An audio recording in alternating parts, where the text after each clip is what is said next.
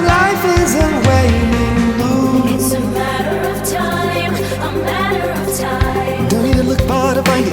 Every story you tell, we're in pursuit. It's all in your mind, it's all in your mind. Look behind you. Hey, what was that? Boo. You can run, but are you fast enough? You can hide, but I will find you. Close your eyes if you don't doze off. Hold your breath so I don't hear you. The trail of tears that you will leave me will lead me straight to those that fear me. You can run if I don't hit you, but nightmare time is gonna get you.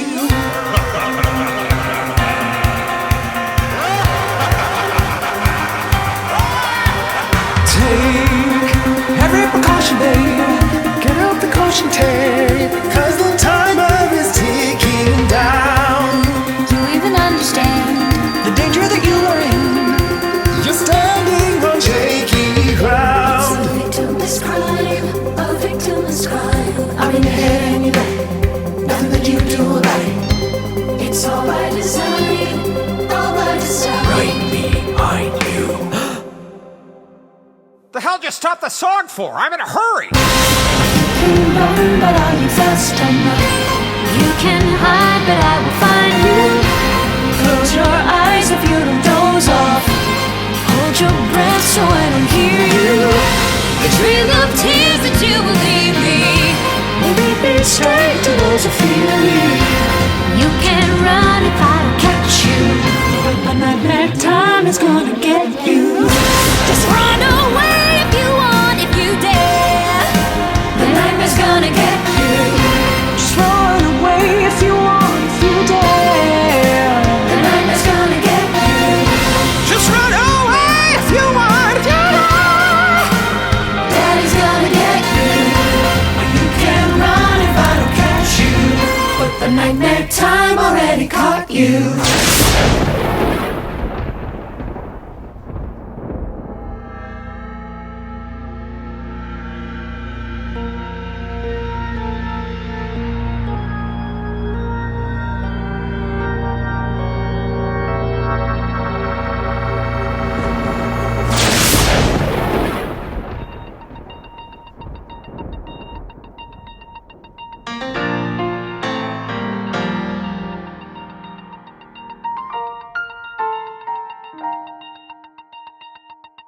What a crime it is for time to pass when I'm with you. We could give in to nature's whim, but there's still fire in you. Can you stand the test of time? 'Cause I'm young at heart, a youthful soul, a teenage boy at my very core. Just take my hand, we'll fight the winds of change. I'm young at heart, a tortured soul. I carry the years, but my heart still grows. It's beating for you as time ticks away. But I'm young at heart today.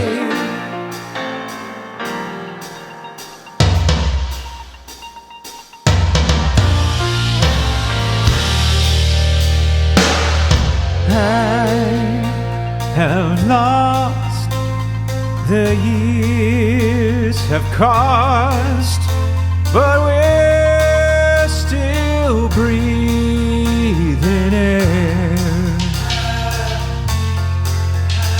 My voice still rings, your eyes still blink. You still lay down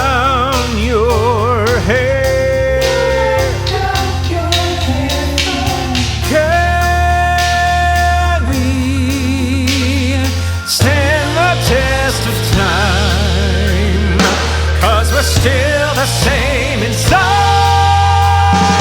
I'm young at heart, a youthful soul, a teenage boy at my very core. Just take my hand, we'll never ever change. I'm young at heart, a tortured soul. I carried her years, but my heart still goes. It's beating for you as the memories they fade. But I'm young at heart, so young at heart today.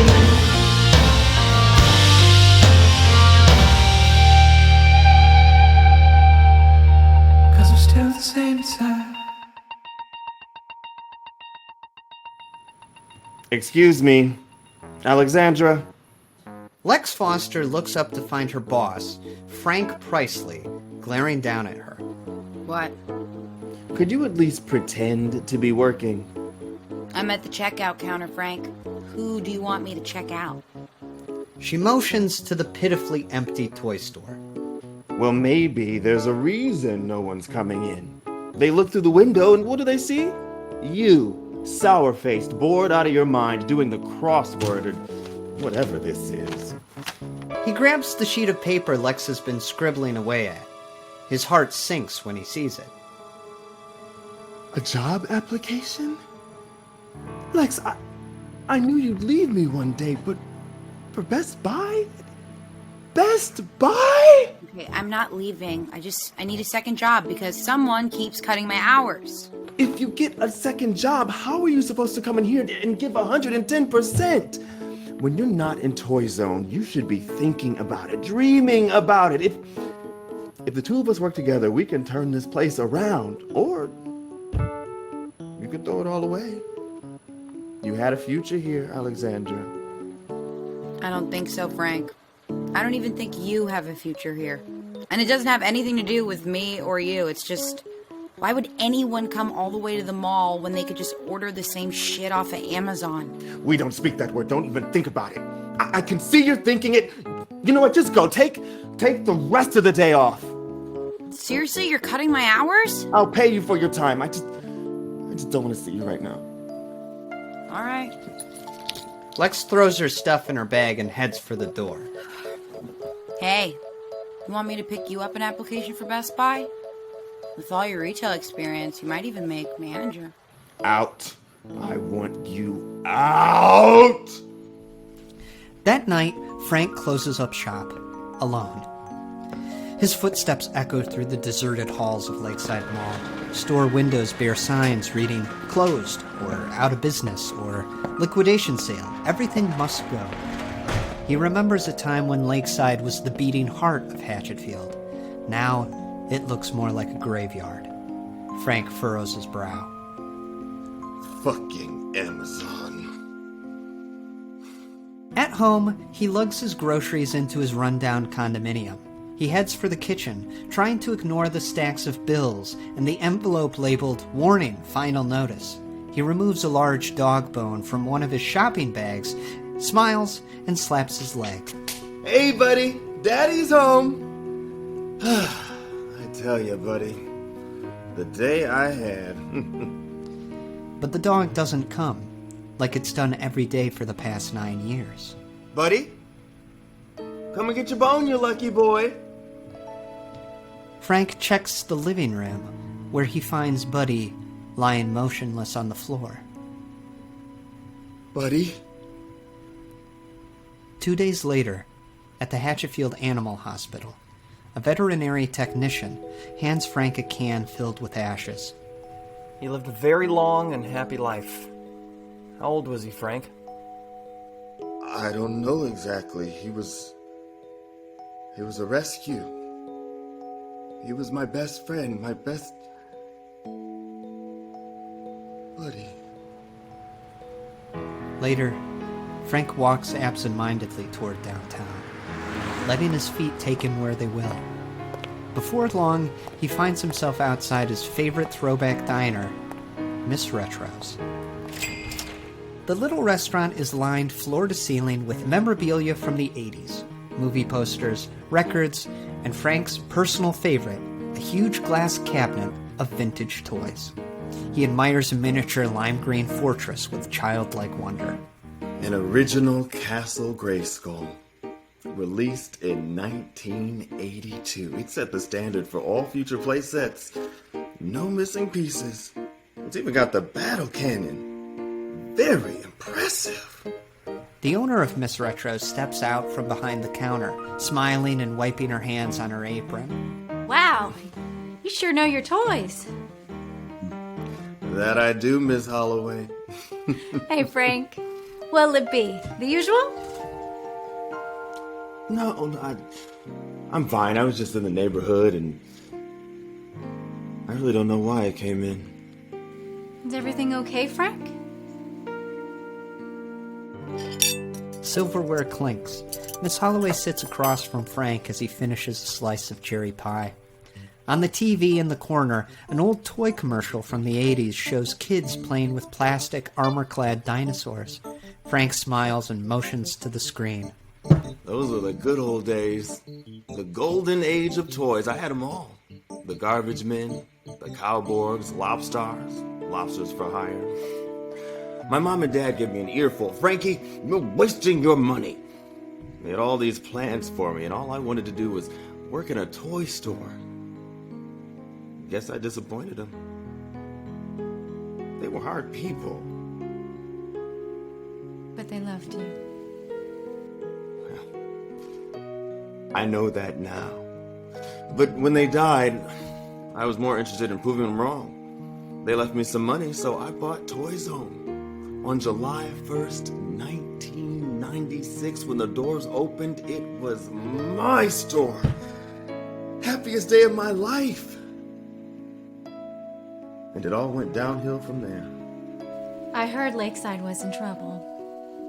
Is it really that bad? No one's coming in? Oh, someone is. The next morning, Frank slides open Toy Zone's security gate to find Good morning, Mr. Presley. Sherman Young, his last loyal customer. Come on in, Sherman. The man rushes in, throwing up his arms. At last, the pearly gates have opened. Huzzah! So, what do you got for me today, Frank? From behind the counter, Frank takes out a cardboard box. They came in this morning. You're lucky, Sherman. You beat the rush. I expect these little guys to fly off the shelves. Don't tease me, Frank. Let me see them. Straight from the gumdrop forest, swooping down from the sweet top tree, it's the Sugar Gliders. Wave 4, baby! From the box, Frank whips out a collection of adorable, brightly colored figures. Shuggies! Frank presents each of the toys with a showman's flourish. We got the heroic Rainbow Heart, the playful Skip Doodle, and that grumpy old curmudgeon, Soggy Tail. Yeah. That's the good stuff. Oh, it is so hard to pick. People talk about the big decisions in life, and this is one of them. See, Rainbow Heart is a must-have, but I have a soft spot for Soggy Tail. Sherman! In the entryway, a ravishing woman in a sleek, form-fitting dress flips her hair and lowers her sunglasses. I'm waiting. Then wait! The woman rolls her eyes and saunters off. Sorry. She's with me. Sherman, you dog. That's your girlfriend? No, Mr. Presley. That is my mother. Really? Gobsmacked, Frank stares out at the woman, who sits on a bench reapplying her lipstick in a compact mirror. That woman? Out there? Stepmother? No. 14 hours of hard labor she's always reminding me. Wow. She looks good. Yeah, she's a MILF. You shouldn't say that about your own mom. I could say it. Mr. Presley, are you attracted to my mother? I'm just saying she looks good for her age. I don't know what age that is, but... Just imagine if you two ended up together. You know what that would make you, Mr. Presley? That would make you my daddy. That'd be fun, wouldn't it? Yeah. Well, I mean, she's all alone in the world. I don't know why. She's loaded. Loaded? Yeah. How do you think I afford all these toys? We're working on curbing my spending habits. But just look at these shuggies, huh? Frank Presley smiles, putting on that salesman charm. You're right. They're all vital to any self-respecting collector. I mean, you can't break up the Sugar Gliders. They're a team. No, a family. From atop the sweet top, the Shuggies go gliding, riding the rainbow, adventure awaits. Their hearts are glowing, the shuggies are showing the magic of family, 'cause love conquers hate. Shuggies are gliding, they're soaring above. Shuggies are riding on skin flaps of love. Oh, what the hell? I'll get them all. Later, Frank scans the final item in a mound of packages. So that's all the dolls in Wave 4. The Sugarmobile and the Sugar Copter, the Sweet Top playset, and last but not least, Count No Good and his No Good Goons. Your total comes to $397.27. Sherman's mother stands at the register, frowning. Sherman, what have you done? Don't shame me. I could never say no to that face. Yes. Best MILF ever. She takes out her wallet while Sherman snatches up the toys and runs from the store. Well, I sent him in with explicit instructions, one toy, and here I am, walking away with $400 worth of flying squirrels. You're quite a salesman, Mr. Presley. Hey, if you got the money and it makes you happy, why not? It was something to see. You were so full of life. I've been missing that kind of passion. Here you are. She hands him a stack of bills. Oops, it's only $400. You gave me an extra. Consider it a tip. This isn't really that kind of place. Well, then you simply must let me have you for dinner. Would Friday at 7 o'clock work? I don't want to impose. Please. Sherman talks about you all the time. Mr. Presley, Mr. Presley. I feel like you're part of the family already. My address is 13 Conifer Lane. In Pinebrook? Where else? Remember, 7 o'clock. Don't keep me waiting. That Friday night, Frank's junky Ford Taurus pulls up to the towering iron gate surrounding 13 Conifer Lane. He rolls down his window and presses the intercom. Hi, Frank Presley. I'm here for dinner. The intercom crackles and the gate screeches open. Frank guides his car through the estate's winding driveway to a monolithic stone mansion. He gapes up at it. Loaded, huh?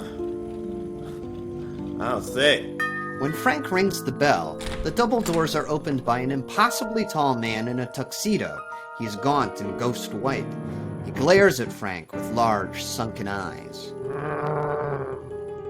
Is Mrs. Young home? Just as Frank backs away nervously, Sherman appears. Marco, relax, will ya? Hello, Mr. Priceley. Hi, Sherman. The giant butler nods and wanders off. Don't mind Marco. He's a big softy. Huge softy. He used to throw javelin for the Olympic. Frank Priceley. Sherman's mother descends the grand staircase in a sparkling black evening gown. Welcome to my home. At an ornate dining table, Frank chews a piece of mouth-watering steak. You are some cook, Mrs. Young. Please, Frank, call me Sheila, and I don't cook. I just eat. But I will send your compliments to Marco. He takes very good care of us. After dinner, Sherman throws open a set of large double doors. Ta-da! He flips the light switch to illuminate a cavernous room with rows upon rows of glass cases. Inside is the most extensive array of toys Frank Priceley has ever seen. Wow. Well, it's a work in progress. No collection is ever truly complete. In awe, Frank hurries from one case to the next until he spots a shelf of vintage toys that he himself collected when he was a boy. He gawks at one figure in particular, held aloft on a rotating pedestal. That's a gold-plated chrome star, mint in the box. That's the holy grail of Cowborg toys. I knew you'd appreciate it. You're the only one who does. You know what they say, growing old is mandatory, but growing up is optional. Growing up is for poor people, Frank. Right. Well, this is beyond impressive. Yeah, well, Mother says she spoils the men in her life. Does she now? Later, Frank looks up at a portrait of a stern, regal man. It hangs above a crackling fireplace. The late, great Mr. Young. He died when Sherman was just a baby. I'm sorry. Was he sick? No. He was murdered. Nightcap?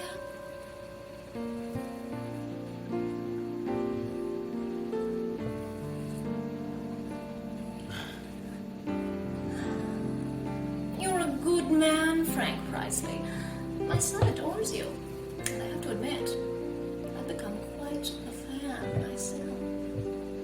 Hey, you're not so bad yourself. Frank, I may not look it, but I'm too old for games. We both are. Oh, I have this big house and all this money and no one to share it with. Yes, there's Sherman, but he can't quench all of my desires. Which is why I propose a partnership. Partnership. To put it bluntly, Frank, I want to marry you. Marry me? You just met me. I don't believe in any of that soulmates or naive foolishness. A marriage is a mutually beneficial contract between two parties. Besides, I could use a man around the house. Well, and I know the mall is about to be shuttered. And where does that leave Toy Zone? Together with your business skills and my resources, we can ensure that Lakeside stays open forever. So, what do you say, Frank? Are we in business? Wedding bells ring. Frank and Sheila run down the church steps and slide into the back of a limousine. Tin cans clatter behind the car as they drive off to the airport and their new life together as husband and wife. Weeks later, Frank Young Priceley, decked out in a $6,000 suit, strolls through the door of Miss Retro's Throwback Diner. So the rumors are true. Frank Priceley's off the market. Gonna be a lot of broken hearts around town. What can I say? Sheila made me an offer I couldn't refuse. At the bar, across from Miss Holloway, Frank swallows a mouthful of pie. Honeymoon was something else. Don't know why Sherman had to tag along. Sheila babies him. That's the problem. Well, Daddy's gonna put a stop to that. His toy collection's big enough. Let me get this straight. We got a parent who doesn't approve of his son collecting toys. Where have I heard that before? There's a big difference between me and him. I scraped and saved for every toy I bought. Sherman is spoiled. Rotten. Later, Frank kicks back in his chair as workers replace Toy Zone's ratty old carpet and give the walls a fresh coat of paint. So now that you're rich, can I get a raise? Raise? What happened to your promising career at Best Buy? All the positions are filled. Your dazzling resume didn't catch their eye? Okay, forget it. I believe people get what they deserve. So, I will give you that raise, Alexandra, when you prove to me that you deserve it. Whatever. She walks off. Frank smiles. I'm a disciplined daddy.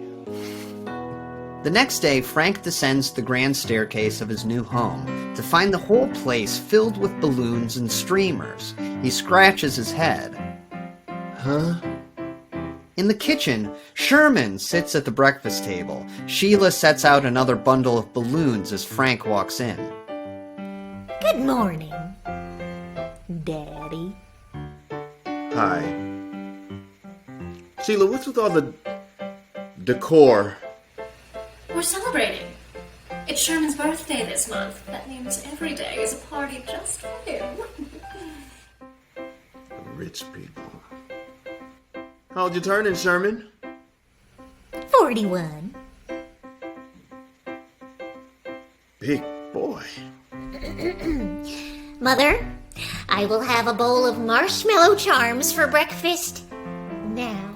Of course, baby. You can have anything you want. Happy birthday to me. Marshmallow charms? What kind of breakfast is that for a grown-ass man? Sherman, why don't I teach you how to make some eggs? He grabs a frying pan from the cupboard.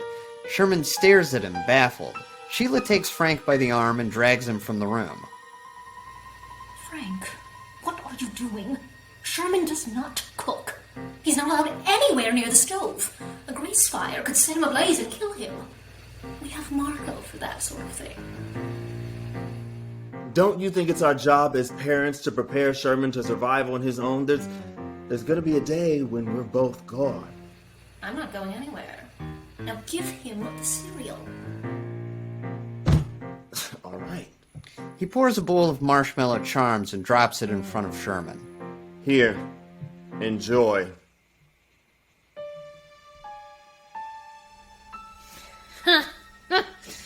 Is this a joke? I can't eat that.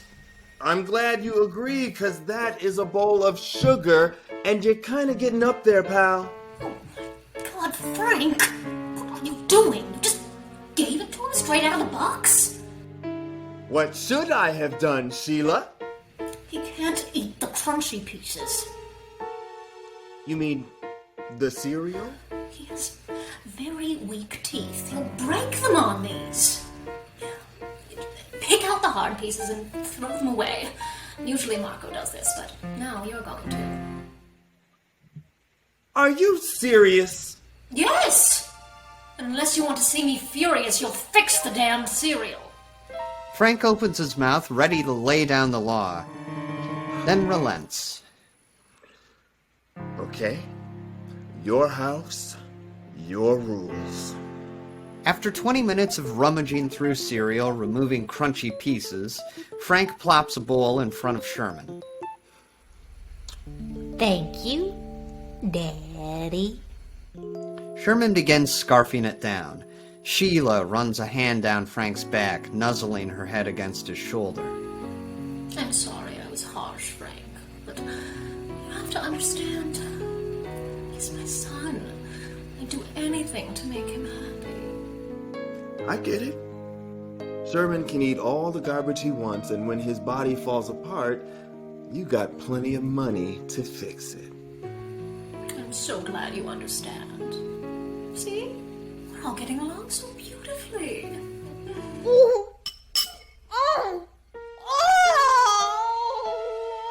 Sherman hurls the bowl across the room. He collapses to the floor, writhing and screaming. Shermy? Sweetheart? What's wrong? I crunched something. God, Frank! You left in one of the hard pieces? What have you done? Hours later, Sheila and Frank stand in the waiting room of St. Damian's Hospital. The nurse on duty, Becky Barnes, flips through a chart. Okay, I've got good news, Mrs. Young. Sherman's teeth are just fine. Oh, really? And how would you know? I want to talk to a doctor, not the hospital floozy. Doctor, tell you the same thing, ma'am. Now, we'd like to get Sherman out of here as quickly as possible because this is the pediatric wing and he's a grown-ass man. Later, Frank and Sheila wait outside the front entrance. Well, that nurse was an idiot. Did you see the way she talked to me? I'm never coming back here again. Sheila, Sherman's fine. Fine? You sound like one of those so-called doctors. A tiny, microscopic piece of his tooth could have broken off and gotten into his bloodstream and killed him. I think you might just maybe be overreacting. Don't you dare gaslight me, Frank. You almost killed our son. You are in big trouble, mister. Big trouble. The doors slide open and Marco pushes out a wheelchair containing a pitiful-looking Sherman. Sheila rushes to him. There he is, my brave boy. This is the worst birthday ever. Your birthday's in 3 weeks, Sherman. They put a strap on my arm and pumped it full of air. And it squeezed me so tight and I was so scared. I wanted to get out of there so I could see my Mommy's here.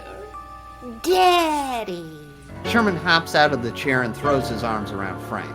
Sheila glares at her husband with white-hot jealousy. Later, the limousine pulls up the driveway to the Young mansion.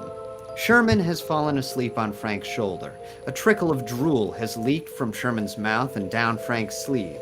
Sheila watches, silently stewing. Marco opens the back door and picks up Sherman, careful not to wake him. Marco, carry him inside.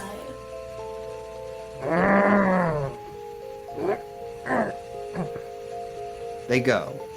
Sheila lights a cigarette and rounds on her husband. I bet you just loved that. What? Having a grown man drool all over my shirt? He only prefers you because I'm the hard ass who made him go to the doctor. Well, I'm sick of it, Frank. I can't be the only one doling out discipline. You're not allowed to sleep with me tonight. Fine. I'll sleep in one of the other 20 rooms. Oh, no. No, you're not. I don't know where you're going to sleep, but it won't be under my roof. Good night.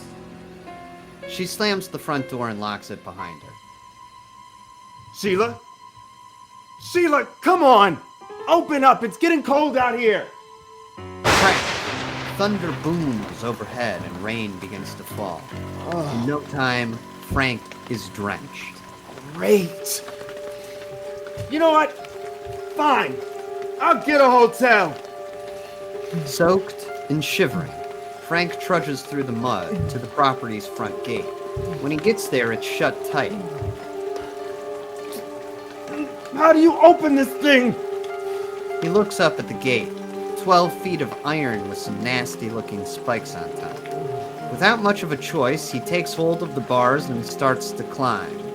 He gets halfway up when his foot slips, and he crashes back down to the ground. God damn it! Later, Frank sits huddled beneath a tree, trying and failing to stay dry. He coughs and shudders. I can't feel my hands. I can't feel my hands. Frank looks back to the mansion. He circles the perimeter, trying all the windows on the ground floor. They're locked and barred, every one. He looks up to a balcony on the third floor, Sherman's bedroom. He grabs a gutter and starts to climb. Inside, Sherman is awoken by the sound of knocking. He bolts up in bed. Peter Pan? Sherman rushes for the balcony doors, where he finds a dripping, worn-out Frank. Sherman, open up. No, it's just my daddy. Sherman unlocks the doors and cracks them enough to peek his head out. Oh, thank God. Let me in. I don't know. Mother left you out there for a reason.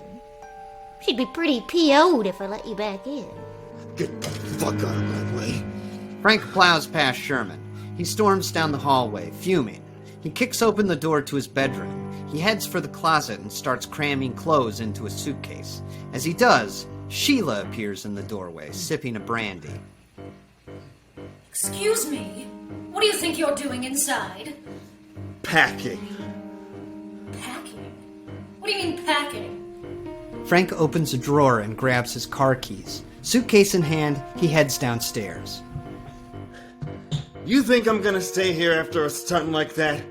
I could have died of hypothermia. Oh, now who's overreacting, baby? Baby? Baby? The baby is that 40-year-old man you keep dressed in footy pajamas. You've trapped him in boyhood. You wrapped him in a bubble of toys and sugar cereal. You're so out of touch. You're both so rich, it's turned you into monsters. Your money made you monsters. My money, huh? And what are you going to do without my money? You can kiss Toy Zone goodbye. I'll buy Lakeside and tear it down myself. That's where you're wrong, sweetheart. 'Cause when I divorce your ass, I'm gonna take half of all this. Toy Zone's gonna be bigger and better than ever. I'll expand. Open a Toy Zone in every city and these United States. I like the sound of that. Sherman watches the fight from the sidelines. Frank turns on his heels and heads for the door. See you around, Sheila. My future ex-wife. This partnership is over. Wait for me, Daddy. I'll get my things. You're not coming with me, Sherman. You're weird. And when we split up, everything in the divorce, that gold-plated chrome star, is mine! Just as Frank puts his hand on the front doorknob, Sheila calls after him. So, you think you can just abandon me and your son? Well, I've got news for you, Frank. No one walks out on Sheila Young! She grabs hold of a lever on the wall and pulls it. Suddenly, the floor beneath Frank gives way as a trap door flies open. Whoa! Frank slides down a slime-coated tunnel, ancient and stinky. He screams and flails, then falls. Whash! He lands in a flooded underground pit. He spits a mouthful of stale green water.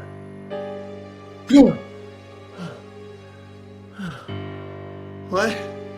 Panicked, Frank finds himself in some sort of ancient catacombs beneath the house. He feels something scurry past his arm. Dozens of furry shapes paddle through the water. Rats! Oh, God! Oh, dear God! A voice echoes down into the subterranean hell. Goodbye, Daddy. The trapdoor closes, and Frank is left down there, in the dark. Sherman comes to his mother, sheepishly. He was a bad daddy, wasn't he, Mother? Yes, baby. Just like all the others. Marco! The huge, gaunt man appears from the shadows. Frank Priceley needs to disappear. See to it, will you? Underground, Frank finds a ledge and pulls himself out of the water. He can just barely make out the shape of a long stone hallway. Oh no. Oh no, this can't be happening. It's a nightmare. It's a nightmare. Clip. Clop. Frank hears shambling footsteps in the dark. Hello? Who's there? Hello? Suddenly, a figure rushes out, grabbing hold of him. You have to get me out of here. I'm in a hurry. What? Who are you? My name's Barry Swift. I'm down here for... I don't know how long. I tried to run from her, and that huge man threw a javelin right through my leg. They sewed me up, but I think it's infected. I have to get to a doctor. Quick! Frank looks down to see the man's crudely wrapped leg and understands why he's in such a hurry. It's caked in dried blood and oozing pus. Frank does his best to calm the man. It's all right, Barry. Why don't you lay down? Frank leads him to a dry spot on the floor. He rips off his jacket, bundles it, and lays it beneath Barry's head. Stay here. I'll try to find a way out. Thank you. And please, hurry. Frank stumbles through the tunnels. He sloshes through a foot of stinking sludge, realizing this must be some forgotten corner of Hatchetfield's sewer system. Soon, he runs face first into a heavy iron gate. A padlock hangs from the latch. Beyond it, the tunnels link up with the rest of the city's pipes. Frank can even spot light shining down from a manhole. He grabs hold of the bars and shakes them with all his might. Damn it! Damn it! Damn it! He goes limp. He hangs from the bars in utter despair. There's no way out. No way out.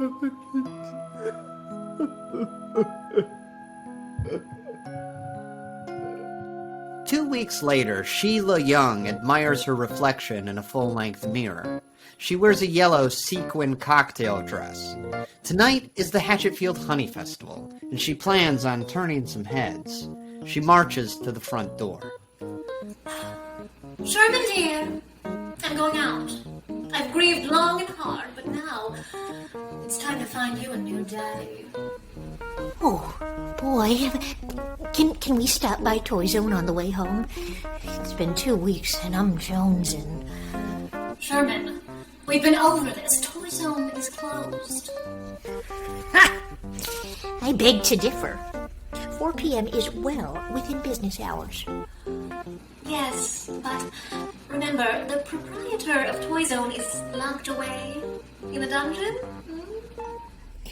Can't we just pay someone to let me in? I mean, what is the point of all of this money if we can't do anything cool with it?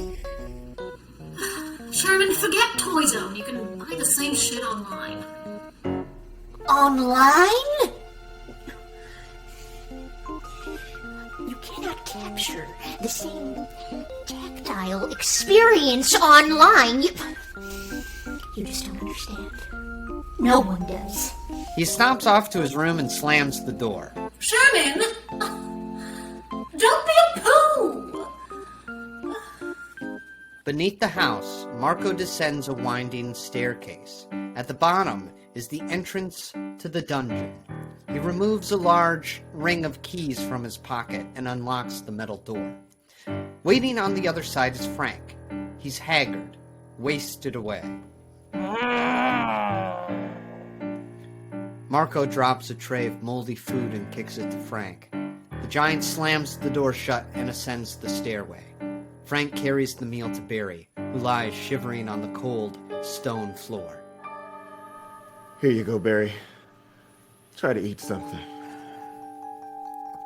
I should have known. I should have listened to my friends when they told me not to marry her. That it was all happening too fast. But I was in a hurry, Frank. To settle down, start a family. I know, Barry. Try not to talk. I'm gonna die down here, Frank. Don't say that! We're getting out of here somehow. Well, you don't want to miss the honey festival, do you? It's happening soon. Or right now? Or... Oh God, how long have I been down here? You're gonna have to go to the festival without me, Frank. Find Helen for me. Helen? My ex-wife. She always told me to slow down. To stop and smell the roses. Frank's ears perk up. He hears footsteps descending the staircase. Someone's coming. Barry, do you hear that? You have to get out of here, Frank. You have to live. You have to live. You have to... hurry.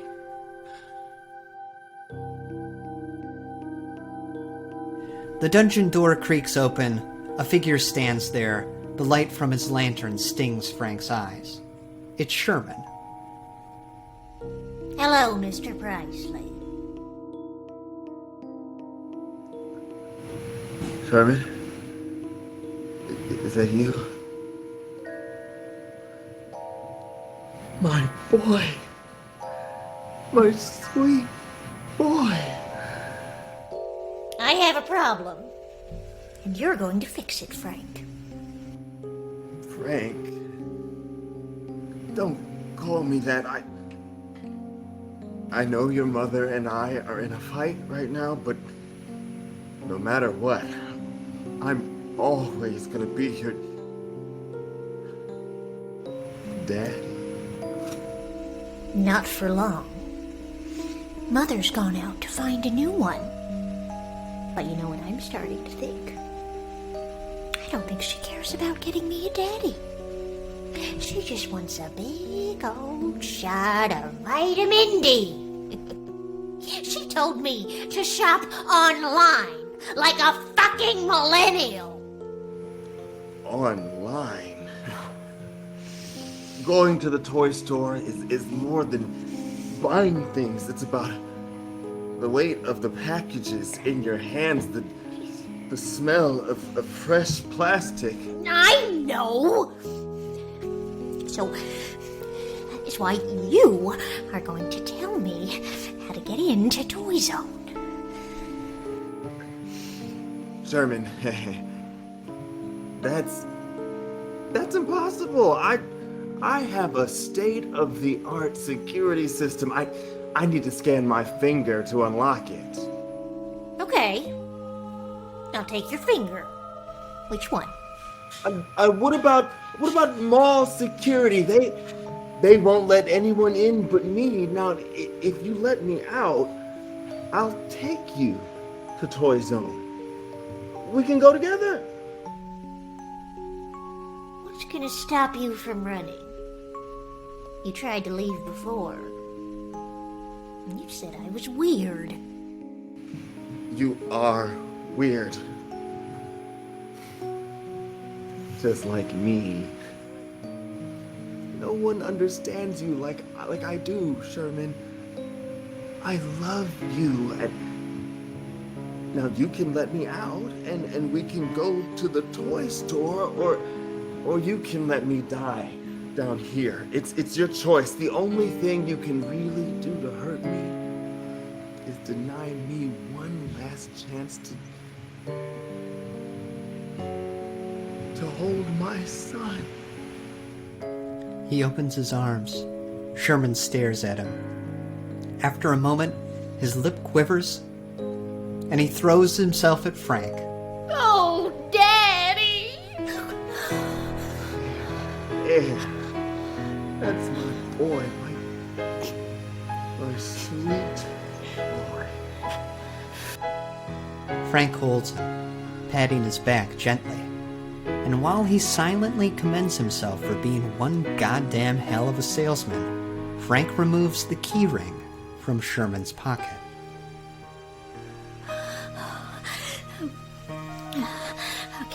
Okay, I'll talk to my mother.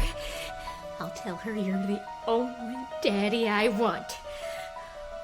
Toy Zone, oh, here I come! Sherman races from the dungeon and scampers up the spiral stairs.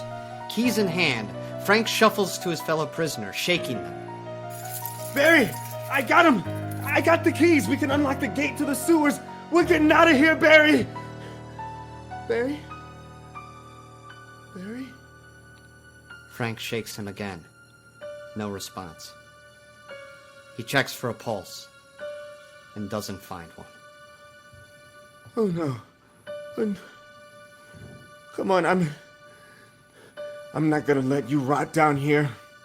Frank takes hold of Barry and lifts him onto his back. One way or another, we're getting out of this hellhole. Up in the house, the front doors burst open. Sherman, I'm home, and I brought someone I'd like you to meet. I just adore him, and I know you will too. The gentleman caller, Ted Spankowski, follows her inside. All right. Where is the little bastard? No, Mother. You will not bring another man into this house. You are a married woman. Hey, works for me. Sherman, don't be rude. Come say hello. No! I want you to release Mr. Priceley. I'm not losing my toy store because you're feeling frisky. Hey! Don't sass your mother or I'll kick your ass, old man. You're really serious, aren't you, Sherman? Well, if you don't patch things up with Frank, I'll run away again. Sherman takes out a bindle packed with snacks. He rests it on his shoulder, standing his ground. Sheila sees his determined face, a face she never learned to say no to. Fine. Having no more use for her date, she removes a pistol from her purse and points it at him. Huh? No! Bang! She fires. The bullet tears into Ted's shoulder. She shoots 3 more rounds. One enters his stomach, one his nuts, and one his head. He falls to the marble floor, dead. Marco, clean that up. He grabs hold of Ted's legs and drags him away. Sheila steps over the trail of blood and takes her son's face in her hands. Maybe I do spoil you, but it's because you and I are the only 2 people that matter. Everyone else is livestock for us. You'll understand soon. You mean the gift? Are you finally going to give it to me, Mother? Not this year, but if you're very good, maybe for your next birthday. Now let's go and have a word with your father. Sherman and Sheila descend the staircase to the dungeon. They follow the muddy trail of footprints to the dank corner where Frank and Barry have been living for the past 2 weeks. They find some rags and an empty food tray, but the men are gone. Frank! Sheila shines her lantern down a nearby passageway. Nothing. Then she notices the look on her son's face. He frantically checks his pockets. Only now does Sherman realize his keys are missing. Damn it. You let him escape? Deep inside the maze of tunnels, Frank trudges through the muck. He carries Barry on his back, making his way to the barred door, the gate to the sewers, to freedom. We're almost there, Barry. Hang on. He hears a voice echo in the distance. Marco!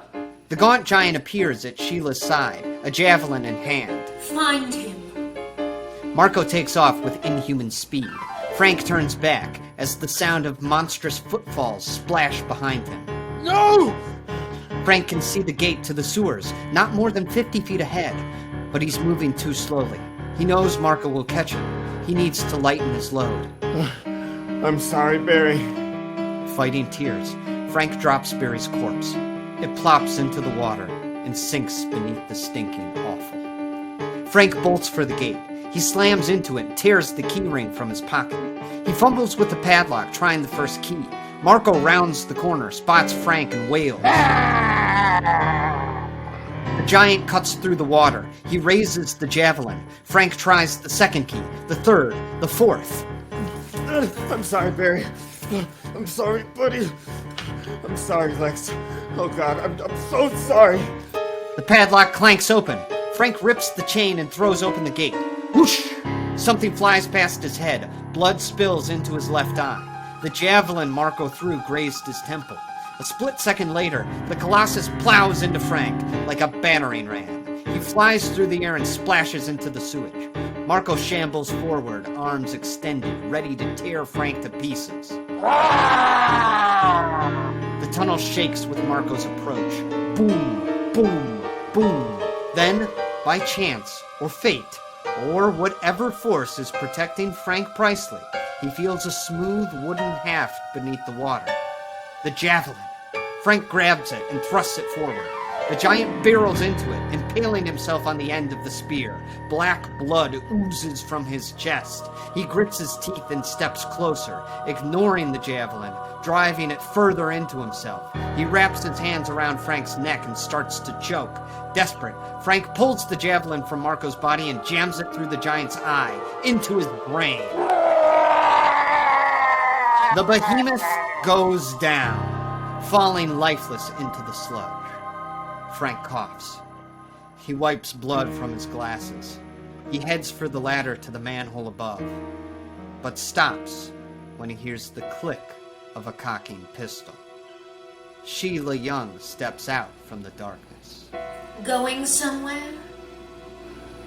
Sheila, please. Look what you did to Marco.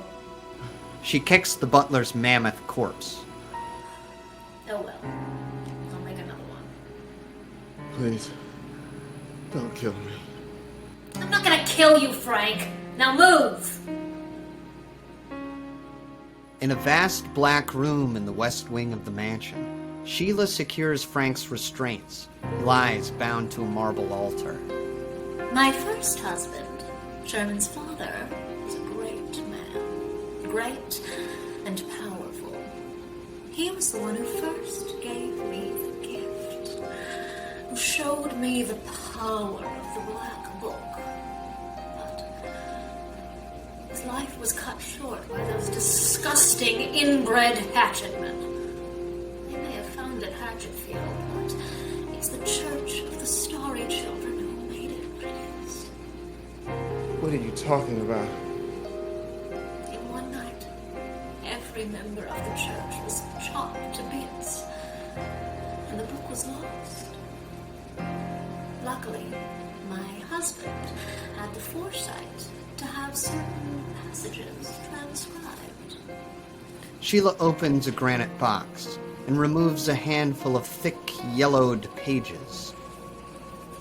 You know, people ask me all the time, Sheila, why do you look so young? What's your secret? Well, this is it. Huh? Like so many before you, I lured you to my home.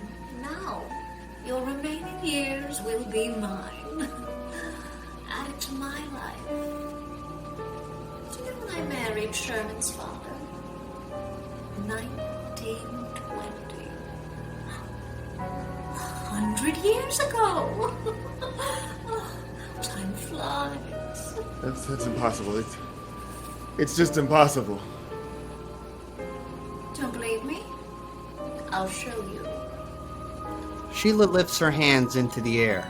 On the ceiling is a painted mural. depicting a twisted horde of nightmare things. She reaches toward them, worshipping them, coveting them. I invoke the names Pokotho, Blicklotep, Tanoi, Caroxus. Frank feels the energy in the room shift, like the atoms in the air are being charged, corrupted. The mural on the ceiling begins to change. Frank doesn't see it happen exactly. He perceives it with some unknown sense. 1,000 eyes open and roll in his direction. A creature with a goat's head screams with laughter. Sheila continues. Nibbleinefum, Wigog-Yirath. At the name, the room quakes. Shadowy tentacles slither to life on the mural above. What's happening? And now, the words. Sheila flips through her manuscript, this collection of esoteric spells. She finds the page she's looking for and freezes. What the fuck? Sherman! Get your little ass in here! From the doorway, her son peeks inside. Yes, Mother. What is this? She holds up the pages. Scribbled on top of the text is a cartoonish drawing of smiling, fanciful critters. Well, that's Rainbow Heart, and that's Soggy Tail. Do you have any idea what you've done? I needed those words, and you covered them with bad drawings of those fucking squirrels. Don't yell at me, you idiot! You stain on the family name! You've killed us all! You are never going to the toy store again! I'm going to burn every goddamn doll you have. It's not my fault you didn't memorize the words. It's a bunch of gibberish! No one could memorize those words. I did. An evil grin comes to Sherman's lips. What? Then I drew all over the pages. There's only one place the spell is now, and that's right up here. Sherman advances on his mother. She steps back, realizing she said too much, realizing the drawing was a trap, a test of her love, a test she failed. Sherman, dear. Stain on the family name? I always suspected that's what you really thought of me, and now I know. Calm down. You never gave me the gift because you wanted power over me. You let me get old. Well, I've outgrown you, Mother. Sherman, don't. You wouldn't give me the gift, so now I'm gonna take it.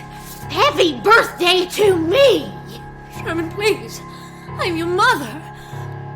Sherman raises his hands into the air and chants.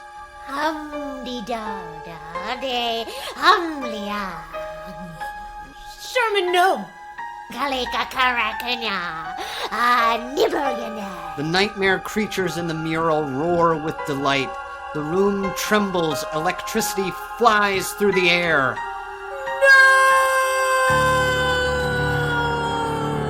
Sheila howls in pain as her flesh writhes and tears. Her hair turns white. Her eyes and tongue rot in their skull. Her stomach splits and her guts shoot out. They are decomposing, crawling with maggots. A bolt of lightning strikes the living, screaming corpse, and Sheila Young explodes into a cloud of dust. Holy shit! The Sheila dust swirls around Sherman. He sucks it in, gulps it down, then a burst of light and silence. Frank opens his eyes. A mist hangs in the air. A voice rings out. Small, high-pitched, young. They say growing old is mandatory. Well, wait till they get a load of me. Emerging from the ethereal smoke is a child, no older than 7. He has a mop of curly hair, rosy, freckled cheeks. Only his eyes tell his age. Frank knows those eyes. Sherman? Hi there, Daddy. You're a boy. You're a little boy. Huzzah! I'm a kid again. And if I start to get old, I'll just absorb someone else. I know the words. Remember that, Frank. He climbs onto the altar and takes a seat beside Frank. He kicks his feet playfully. I'm gonna make a deal with you, Frank. I'm gonna give you all the money you want. Toy Zone stays open every day. And in return, you're gonna take care of me. Or pick the crunchy pieces out of my cereal. Give me everything my little spoiled heart desires. That's right, Frank. You're gonna be my daddy. Forever and ever and ever. And ever.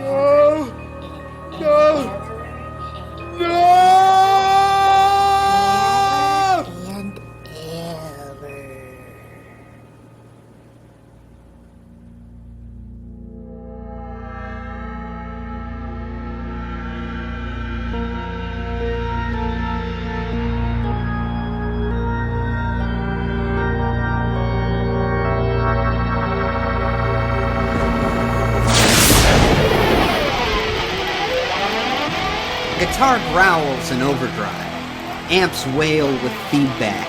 Electricity hums through the speakers of a grungy music venue in downtown Hatchetfield. Next up at the Slaughtered Pig, Needy Beast! Thrash, the band's frontman, screams into the microphone. Hatchetfield, are you ready? A crowd of pierced and tattooed metalheads thunder back. Well, fuck you! Strobe lights flash, and Needy Beast plays their set. After the show, the band flops onto the green room's dirty old sofas. Thrash's girlfriend, Courtney, holds his arm. Your set rocked. It was shit. Come here. He grabs her, and they suck each other's faces.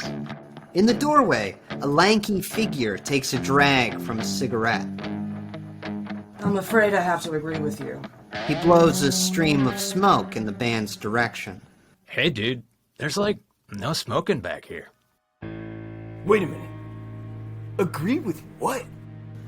You're sad. It was shit. What? Fucking what? Kick his ass, Thrash. Thrash pries himself from the couch, getting right in the stranger's face. Hey, what's the big deal? You said it yourself. There's a difference, dude. We don't know you. And you're back here saying all this shit? Saying we're shit? You don't know me. I'll fucking kill you. Oh, you're gonna kill me? Yeah! Then do it. Just do it. I will. I don't care. Then do it. Don't say shit you don't mean. You think I'm afraid to die? Do ya? I said your set was shit. Now do it. After all his talk, Thrash backs down. He crumples onto the couch. Shit, man. What's wrong with you? Come on, guys. Let's go to Denny's. He heads for the door, and the rest of Needy Beast follows, save the lead guitarist, Rose.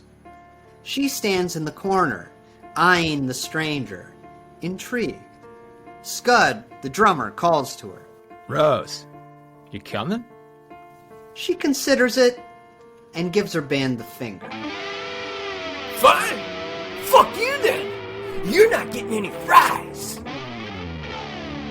They stumble out, leaving Rose with the lanky stranger, Kale.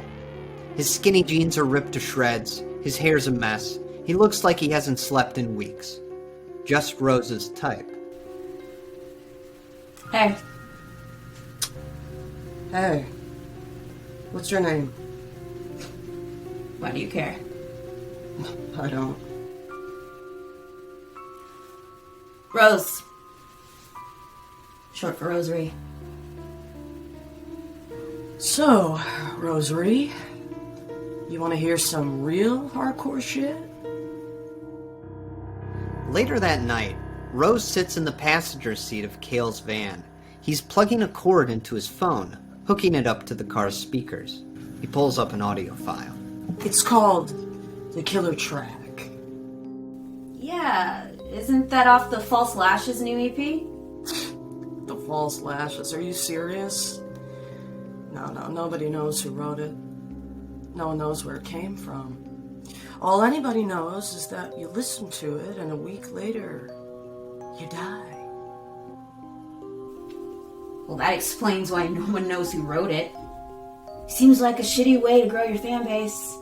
Is this a fucking joke to you? This song has killed before and it'll kill again.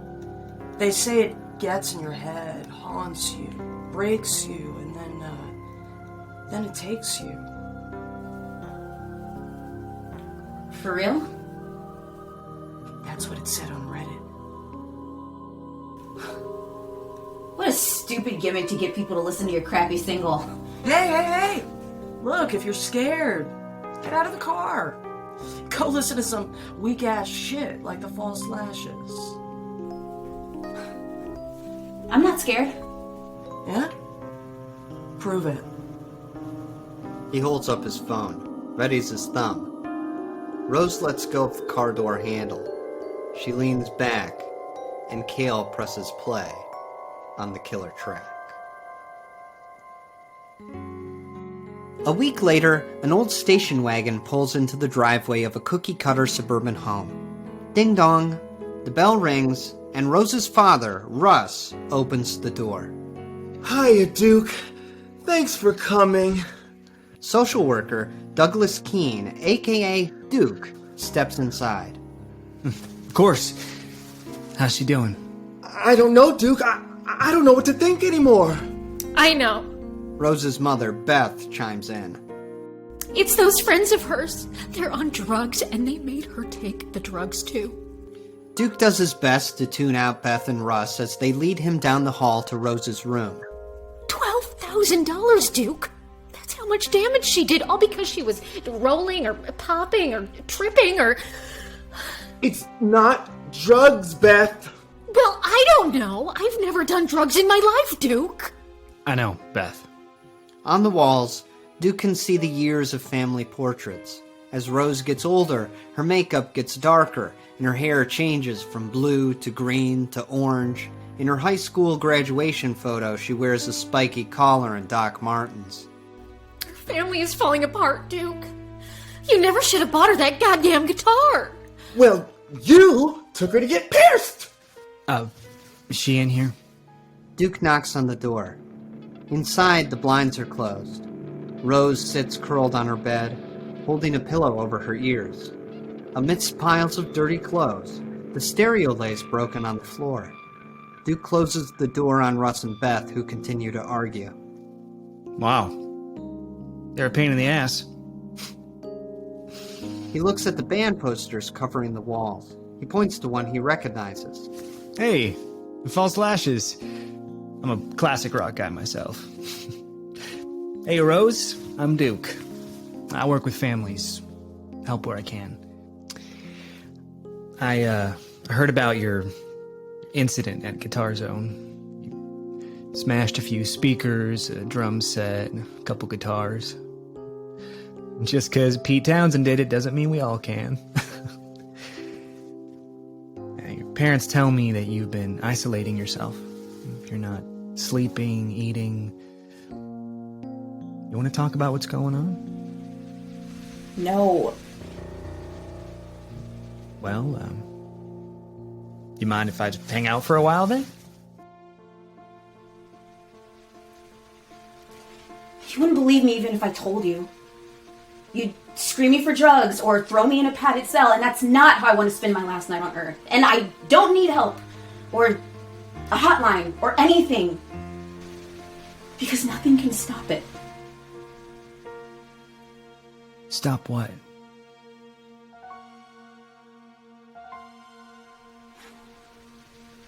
The song. The killer track. everything he said would happen, happened. I started hearing it everywhere, on the radio, the TV, from the goddamn speakers at Guitar Zone. I just wanted to make it stop. But it won't. And it's been a week. And so at 11:30 tonight, I'm worm food. So there. The song's gonna kill me. You think I'm high? No. Just crazy then. See, I knew you wouldn't believe me. So if you wouldn't mind, Duke, fuck off. Killer song. That is unbelievable. But I've been doing some digging. Now, look at this. From his bag, Duke retrieves a folder. He opens it and spreads the contents on the desk by Rose's bed. Newspaper clippings, police reports, hospital records. 5 young adults, aged 18 to 24, all in perfectly good health. They died 16 days ago, at the exact same time. They were in different places, doing different things, when their hearts just stopped. A week prior, they had all attended a party where they claimed to have heard a song. A song that haunted them. And that's just one case. There are over 30 deaths here. And that's what I can find. Is it unbelievable? Yes. But this is Hatchetfield. Rose, sometimes unbelievable things happen here, and when they do, I call up a friend of mine. She's a specialist. And if you come with me, I believe she can help you. Night falls. Duke's station wagon pulls into the parking lot of Miss Retro's Throwback Diner. The neon sign blazes hot pink. The place is packed with 80s memorabilia. Pop tunes ooze from a jukebox in the corner. The bell dings as the owner slides a plate of fries out from the kitchen. Order up. Miss Holloway spots Duke and Rose as they walk in. She smiles. Hiya, Duke. Hey, darling. She pushes through the swinging saloon door to the back, wiping her hands on the apron of her electric blue uniform. Let me guess. You're Rose. Love the makeup. Real spooky. I just gotta close up. You want some pie? Rose watches this chipper woman pull 2 pieces of pie from a rotating display. Her hair is huge, her earrings dangle. Great.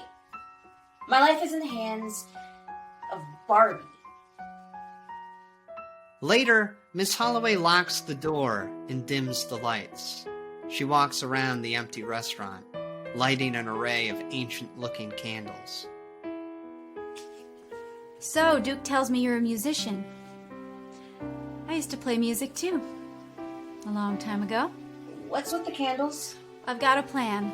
For it to work, we're gonna need the darkness and the flame and the smoke. Just think of it as aromatherapy. Aromatherapy? You're right. You know, that's all I needed. Why don't we just diffuse some essential oils? Like, you call yourself a specialist? I could get this shit at Bath and Body Works. No, not this shit.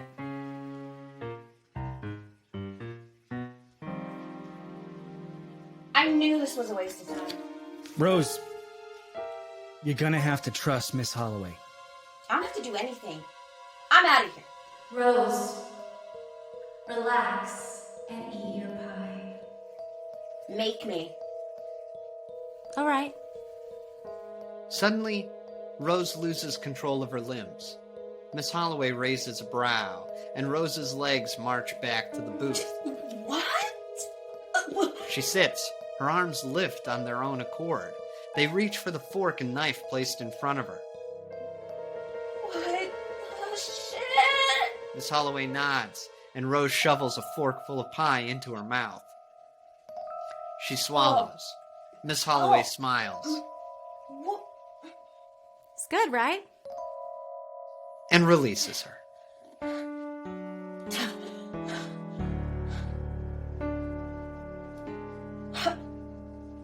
How did you...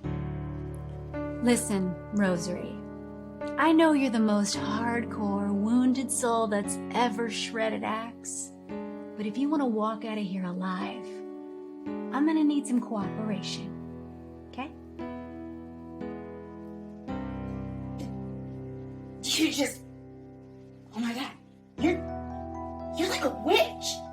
Really? I thought I was Barbie.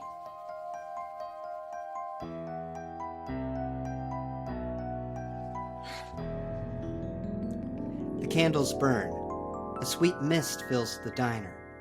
Miss Holloway lays a series of artifacts on the table.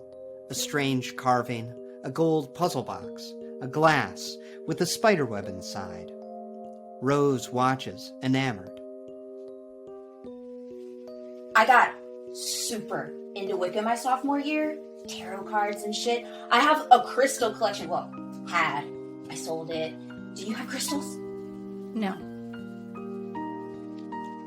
Thrash said he sold his soul to Satan so our band could get rich and famous. You know, like the Stones did. Did you do that? Do what? Sell your soul to Satan. No. Thunk. Miss Holloway drops a book on the table. A black book.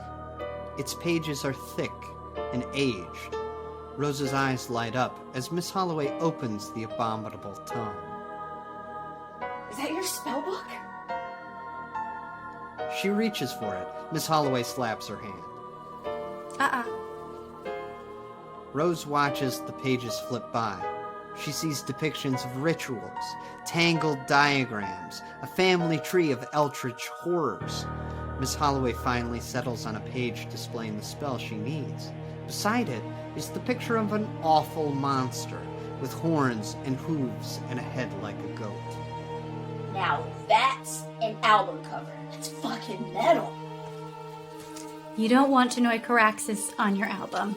You don't want him anywhere near you. He's a bastard. But he has power. We need to siphon some of it, bend reality a little. Bend it, not break it, hopefully. Hell yeah. Rose and Miss Holloway sit across from each other as Duke stands nearby. Miss Holloway taps the table, rhythmically, hypnotically. Rose, close your eyes. Breathe in. Breathe out. Now, I want you to think back to when you first heard the song, The Killer Track. Where were you? In that guy's van. Parking lot of the slaughtered pig. The van. I want you to reconstruct it in your mind's eye. What did it look like? What did it smell like? The clock on the dashboard. What did it say? 11:38. Good. Now take my hand. As she does, Rose no longer sits in the booth at Miss Retro's.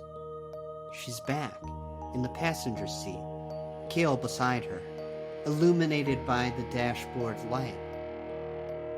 It's a week in the past, but she can hear Miss Holloway's voice echoing from the present. Are you still in the car, Rose? Yeah. Okay. Now I'm gonna push you out. Then Rose isn't in the van. She's not even in her own body. She's nowhere. Instead, Miss Holloway sits beside Kale, but not her body.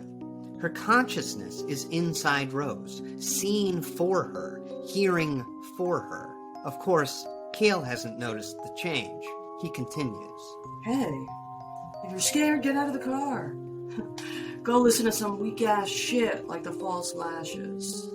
In Rose's body, Miss Holloway crinkles her nose. Ugh, what's that smell? Oh God, is that you? What are you talking about? Smell.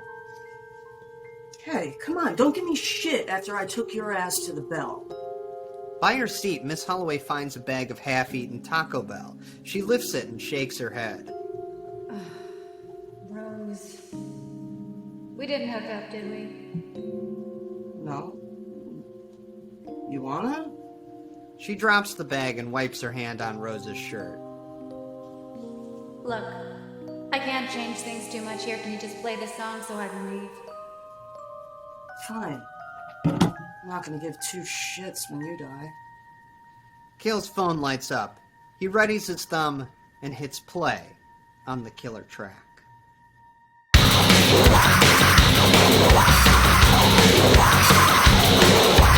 You can carry to your will.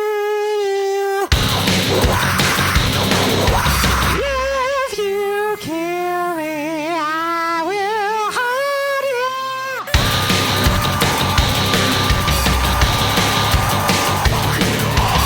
Ride to hell and back. Rip that shit with a killer track.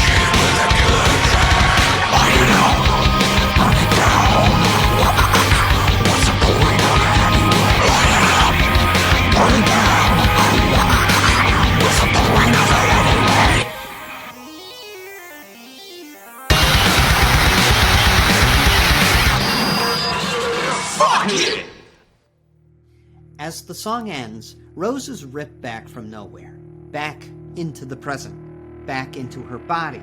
Her eyes burst open. Again, she sits at the booth across from Miss Holloway. Breathe, Rose. Just breathe. What's happening? You're in Miss Retro's, remember? Duke brought you here. Rose looks around. She sees the candles burning, Duke nearby. Slowly, the situation returns to her. Right. Because I was hearing this song. She stops, thinks. She tries to recall what the killer track even sounded like. She can't. This song, why can't I remember it? Because you never heard it.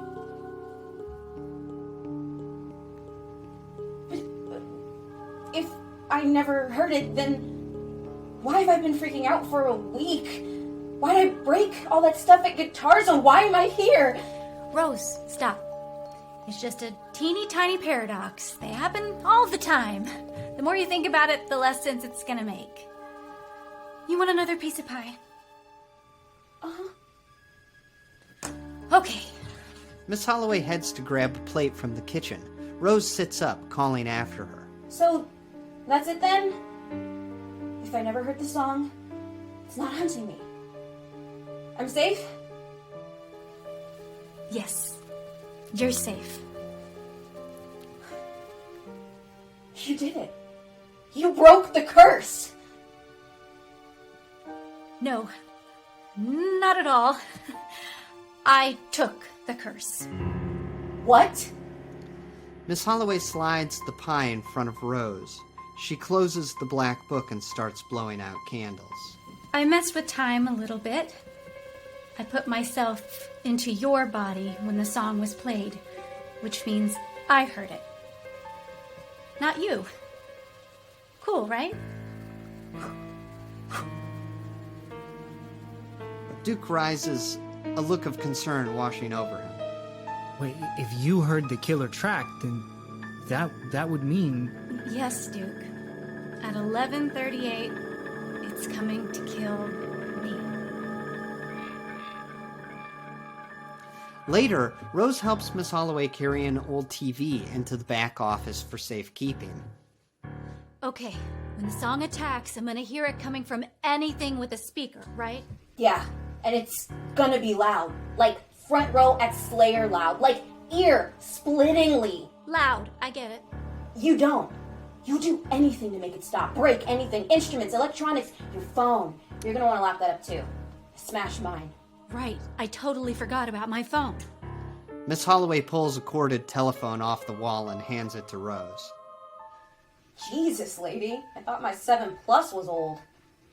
As Rose packs away the TV and the telephone, Miss Holloway unplugs a vintage arcade cabinet and jams a dolly under it. She's about to wheel it into the office when Duke waves her down. Miss Holloway, can we have a chat? Sure. I just want to make sure everything's safely locked away. After Rose's incident at Guitar Zone, I don't want to lose control and cause $12,000 of damage to this place. You didn't tell me the whole plan. That you were gonna take the curse onto yourself? Because if I did, you wouldn't have brought her here, would you? This song, whatever it is, it has killed over 30 people. That we know of. Exactly. That's why I have to stop it. Stop it? We don't know what it is. I will know when it comes for me. When it comes for you. What if you can't stop it? What if it's I don't know, a ghost or something? If it's a ghost, I'll trap it in this jar. That's easy. I'm not worried about that. And what if it's one of those monsters from your book?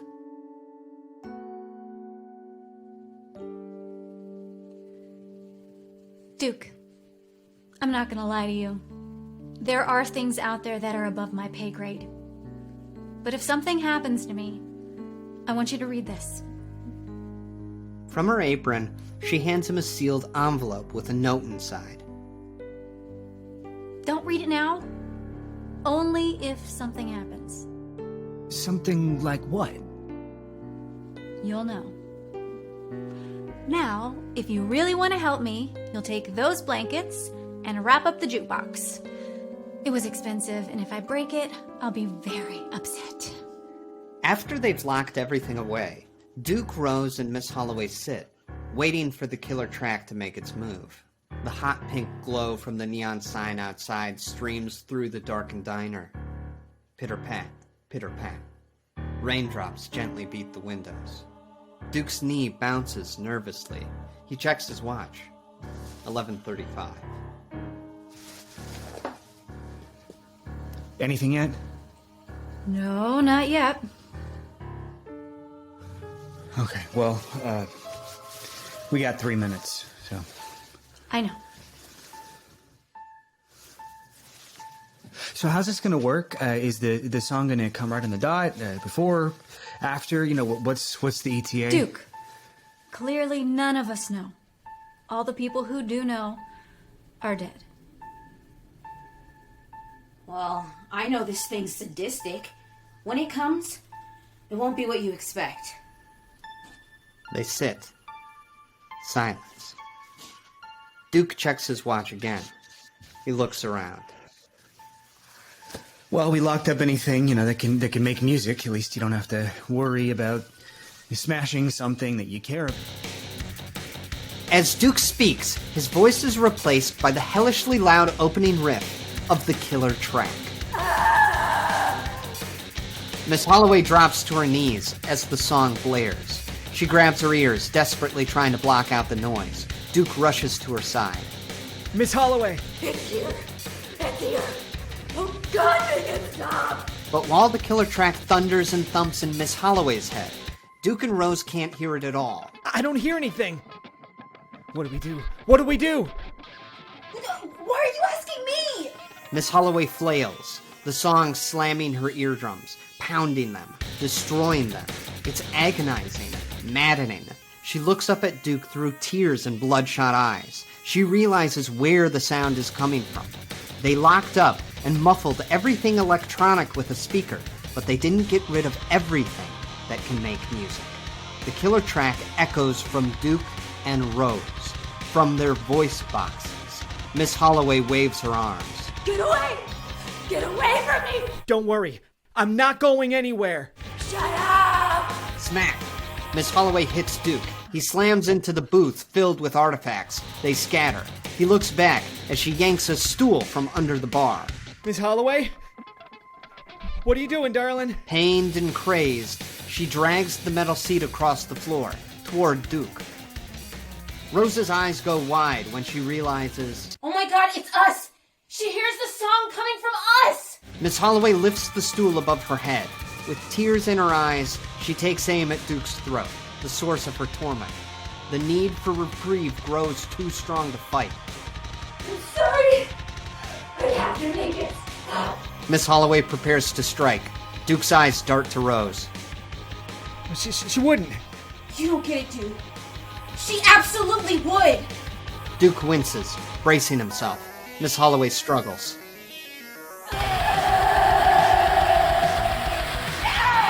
With every ounce of her willpower, Miss Holloway flings the heavy metal stool away from Duke. Smash! It crashes into the jukebox, busting through the padding. It explodes in a spray of electric sparks.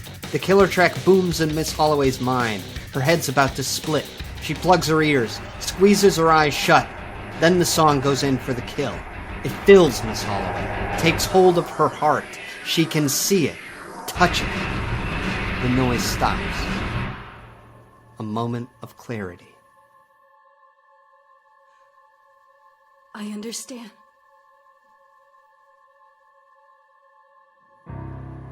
Then, Miss Holloway's eyes go blank. She falls to the floor. Dead. Rose breathes heavily. Duke crawls to his feet.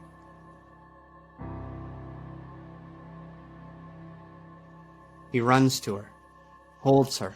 Miss Holloway? Feels her go cold. Miss Holloway?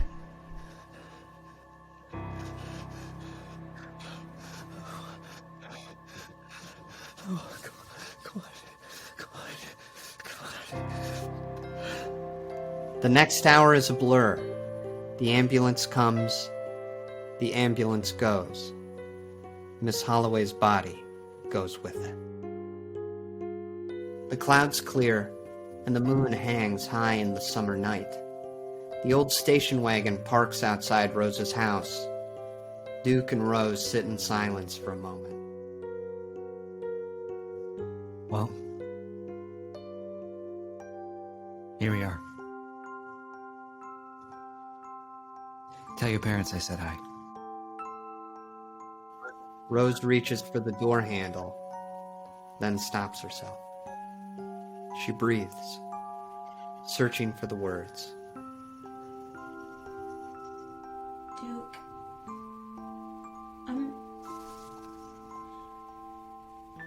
I'm so sorry.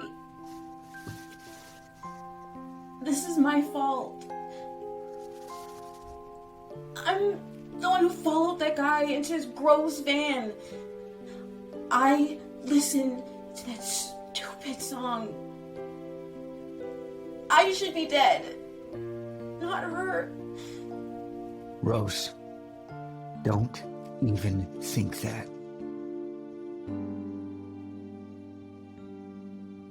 You didn't know Miss Holloway like I did. You dying tonight was never an option for her. This is what she lived for. To help people. Yeah. And a horde shit from the 80s. She had a thing for the decade.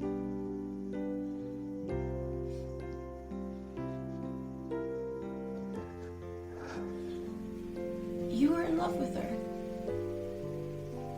weren't you? No, who wasn't?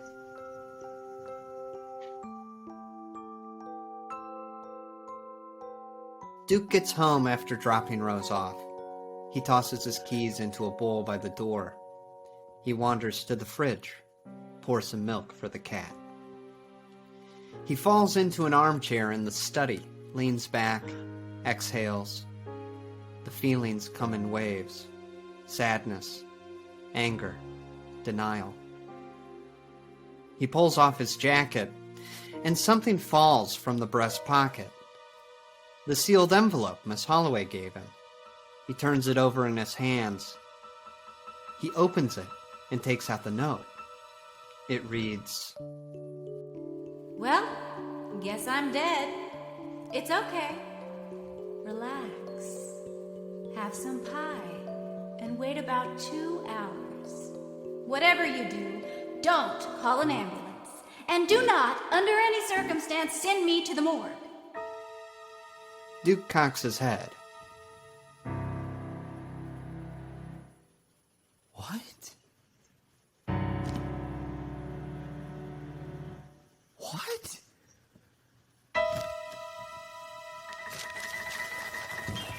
20 minutes later, 2 nurses walk out of the morgue in St. Damian's Hospital. They shake their heads and make for the elevator. What a shame. Damn shame. I loved Miss Retros. I went in there every Sunday. I was in love with her. Yeah, you and everybody. Ding. They step onto the elevator, and the door is closed behind them. When they're gone, Duke emerges from his hiding spot in a darkened hallway. He checks to make sure no one's around, and slips into the morgue. Miss Holloway's body lies on a metal slab beneath a white sheet. Duke swallows, reaches for the covering, and folds it down. Miss Holloway is still and pale and lifeless. Duke starts questioning himself. What am I doing here? I must be out of my mind.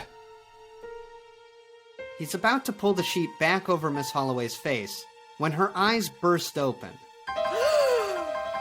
Miss Holloway bolts up, gasping for air. Duke falls backwards. Clang! He knocks over a tray of operating tools. Color returns to Miss Holloway's cheeks and her blood starts pumping. She catches her breath and looks around. Duke, what did my note say? You died. Yeah, and now the whole town knows that. This is great, just great. Could my instructions have been any clearer? Miss Holloway hops off the table. She grabs a lab coat and pulls it on. How? Duke stares in disbelief as Miss Holloway plucks a hair from her head. She lays it onto the metal slab and rubs her hands together. She holds them over the white sheet and closes her eyes. Neon lights flash as the hair inflates beneath the covering. Soon, an identical copy of Miss Holloway's body lies on the table. There. That should last long enough for them to bury it. Let's get out of here. Duke's eyes lock on the lifeless decoy as the real Miss Holloway grabs his arm and pulls him from the morgue. Back at Miss Retro's throwback diner, the place is in shambles. In the pre-dawn light, Miss Holloway looks down at the pieces of her shattered jukebox. Look what it made me do. It just had to be the jukebox. Now it's personal. She starts for the kitchen, turning back to Duke. I'm gonna make some eggs. You want anything? Yes, I do want something. Okay, hotcakes? No, not hotcakes. I want the truth. I want to know what the hell happened tonight. I saw you die.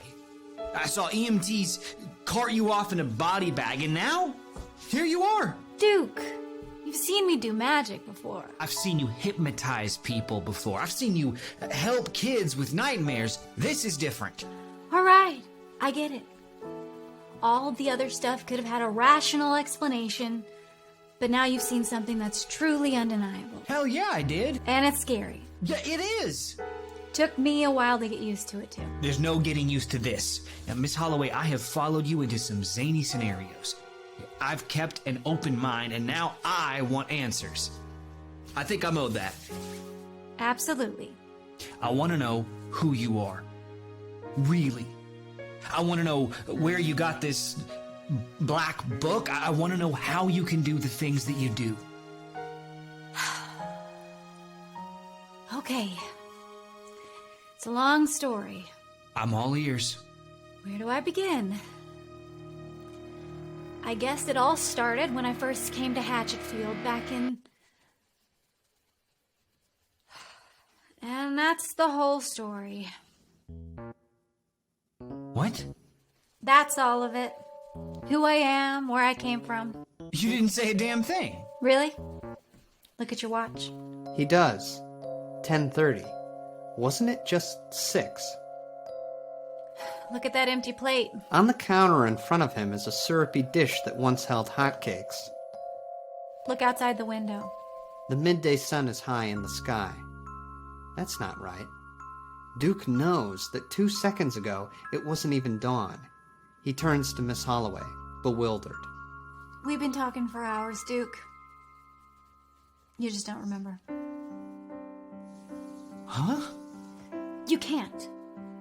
You think this is the first time you've asked me about myself? I don't know how many times I've told you. You never remember, and you never will. And it's not just you. It happens to everyone. Anytime I share a part of my past, it just disappears. That time, those memories, they're plucked right from your life, like they never happened. Because that was the deal. What deal? The one I told you about an hour ago. There's no point in explaining, you just won't remember. You have to realize how frustrating this is for me. She takes his plate and heads to toss it in the sink. No, Miss Holloway, this is impossible. Agreed. Moving on. I figured out what the song is. What song? The killer track. Keep up, Duke. When it killed me, we made contact. I touched it. For a brief instant, I understood it. It's not a curse or a ghost. It's alive. A being of sound and energy. And like any predator, it wants to hunt. It wants to be heard by as many people as possible. I know where it's headed next. Think, Duke. Where in the very near future is there going to be a large gathering? A street fair with food and music? Oh my god. The Honey Festival. Days later, the night of the Hatchetfield Honey Festival arrives.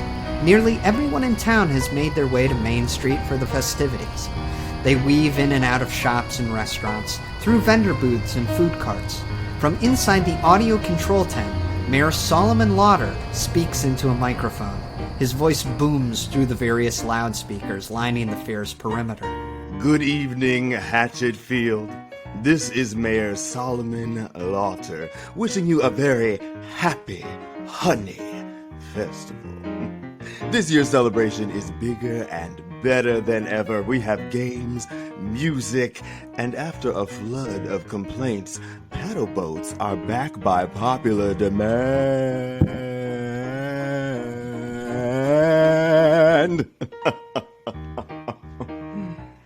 I hope you all remember this night for the rest of your lives.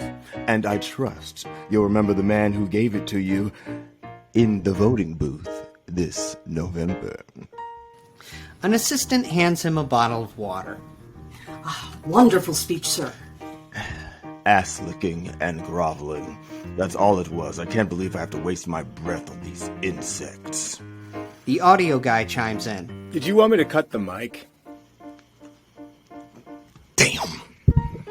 At a booth in the pop-up farmer's market, Haley approaches a kindly old honey seller. Hi, my friend's got to sing in the Honey Queen pageant, and she lost her voice. Oh, well, I've got just the thing to soothe her sore throat. No. I'm looking for something to make it worse. I want to ruin her. Make her feel like a worm. Oh, okay. Let me check. Thanks. And is there a porta-john nearby? I don't know what's wrong with me. At the beer tent, a woman pays for her drink as Ted Spankowski leans on the bar beside her. You know, they call it the Honey Festival, but I call it the Cunny Festival. You know why? Ugh. She walks off, disgusted. Ted calls after her. Hey, you don't have to be so rude. At this rate, I'll never get married. Be a daddy. From across the bar, Sheila Young purrs. Never say never, handsome.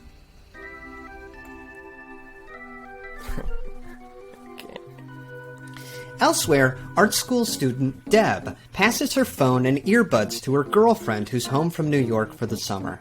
You gotta check out this song, Alice. It's killer. Nearby, Duke overhears this and pushes through the crowd. Hey, stop right there! Nope, do not play that! He rips Deb's phone from Alice's hand. What's your problem, man? Another false lashes hater. Come on, dude, they're not that bad. Duke looks at the phone, embarrassed. Deb was just showing Alice some crappy band's latest single. No killer track here. Miss Holloway appears, takes the phone from Duke, and hands it back to Deb. Sorry, girls. He's a classic rock guy. As you were. They head off. Sorry. She said killer, so, I thought it might be. Duke, I told you the track's done playing small venues. It wants a bigger stage. At the end of the block, she spots the concert platform, where various musical acts have been and will be performing throughout the night. She has a notion and starts squeezing through the crowd. She calls to Duke. Let's split up. She points to the loudspeakers lining the street. Find whatever those are hooked up to. Duke nods and heads off in search of the audio tent as Miss Holloway makes her way toward the stage. Behind the stage, a technician calls out to a band who nervously await their turn to perform. All right, Needy Beast, you guys are on in 5. Thrash's knees go weak. He crumbles into a folding chair. Shit, man! I feel like I'm gonna shit! His girlfriend, Courtney, runs a hand through his slimy hair. Chill, babe. You're gonna slay. If I blow this gig, the band's done. I mean it. Done! That's not gonna happen, Thrash. You sold your soul to the devil. It worked for the Stones. I got a confession to make. You didn't? I was scared! As Thrash panics, Rose tunes her guitar nearby. Scud, the drummer, sees something and nudges her leg. Hey, Rose, isn't that the guy from the Slaughtered Pig? What? Scud points, and sure enough, there's Kale, hurriedly sneaking around the back of the vendor's booths. He played you that song you were freaking out about, and he's fine. See? Told you it was bullshit. Yeah. He's looking spry. For someone who should be dead. Rose sets down her guitar and heads off to follow Kale. Where you going? We're on in 5. Thrash sees Rose leaving and cries. Oh, shit! Moments later, Kale stands in the audio control tent, messing with the soundboard. The audio guy lies unconscious in the corner, his head bloody from where Kale hit him. In the entryway, Rose appears. Hey! Why are you still alive? Kale glances back. I could ask the same of you, Rosary. He goes back to his work, hooking a cable into his phone, connecting it to the festival's sound system. You listened to the song the same time I did. What? Don't tell me you've got a witch too? How stupid are you?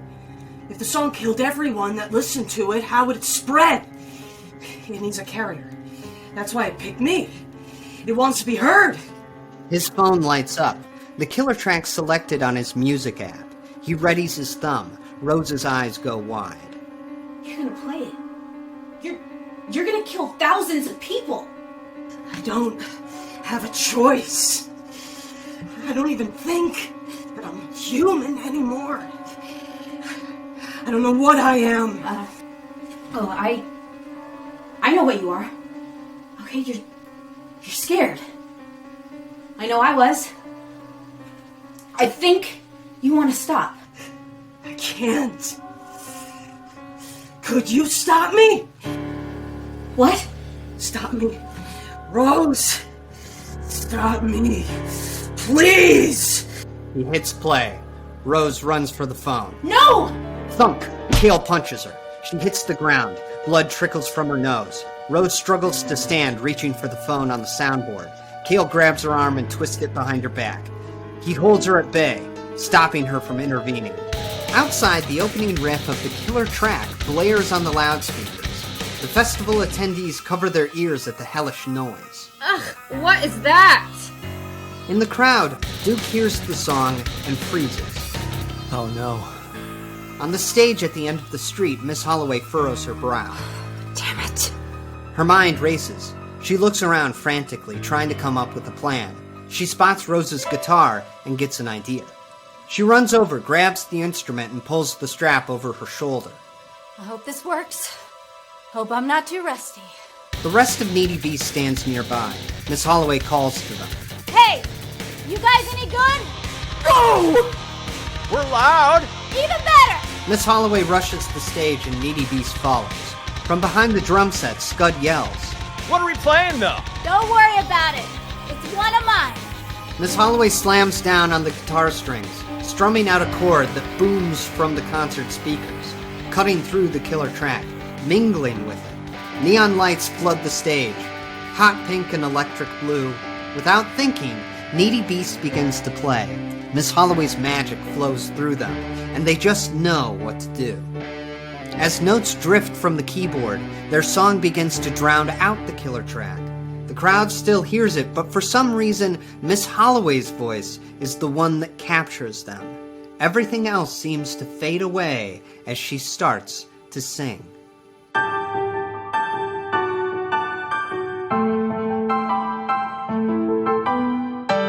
Lost in the dark, away from home. Not even your heart can throw you a rope. When no one is helping you, there's someone just to run away with me, a light apart unknown. Just to run away with me, you won't feel so alone. I'll carry the torch for us both. Even a hero needs some hope. There's someone deep inside. That someone needs someone. Just run away with me, a light apart unknown. Just run away with me, you won't feel so alone. Even though the rain keeps falling, follow my lead and we'll keep running home, back home. Even when you're feeling nothing, I can make your heart keep beating on and on. Just run away with me, a light to parts unknown. Just run away with me, you won't feel so alone. Just run away with me, a light to parts unknown. Just run away with me, you won't feel so alone. Just run away with me, a light to parts unknown. Just run The final chord of Miss Holloway's song rings out over the crowd. They're about to cheer when they stop, confused. The memory of the song is suddenly gone. The time they spent hearing it is taken from them. This piece of Miss Holloway's past is plucked from their lives, like it never happened. That was the deal, after all. The price Miss Holloway paid. Along with Miss Holloway's song, so too goes the one it mingled with. The experience of listening to the killer track is taken from the crowd as well. That time has vanished. They never heard it. They look around, bewildered, wondering what just happened. With the killer track nullified and the festival goers safe, Miss Holloway smiles. She turns to the band. That was radical, guys. I mean it, bitchin'. What was? Back in the audio control tent, Kale stands over Rose. He blinks, stupidly. Wait, didn't I? But he's also lost the past few minutes. He doesn't remember playing the killer track. No, I gotta play the song. He starts for the soundboard, when Duke grabs him from behind. He pulls the lanky goon from atop of Rose and punches him square in the jaw. Slamming onto the table, his phone falls, dangling from the cord that connects it to the festival's sound system. He reaches for it. Rose points. Duke! He's gonna play it! Before Kale can play the song again, Duke yanks the phone from the cord. He slams it on the table. The screen cracks. No! Duke slams the phone again and again. Crunch, crunch. As it breaks, so does Kale. This shell of a man, taken and hollowed out by the killer track. The phone screen shatters and Kale's body cracks to pieces. Sound spills from the fissures. Kale explodes in a flash of electricity. A shower of sparks, and he's gone. Rose watches, eyes wide. Whoa. Fucking metal. Later, a paddle boat floats lazily in the lake around Hatchetfield. Fireworks light up the night sky. Duke and Miss Holloway watch them, gently swaying. The Honey Festival really is a magical time. Yeah. Well, I meant it in a bad way. It's when dark forces can walk upon the earth. But the celebration's so nice, it almost makes you forget about all that. Well, gotta say, it feels good to be the hero, for once. Oh, are you now?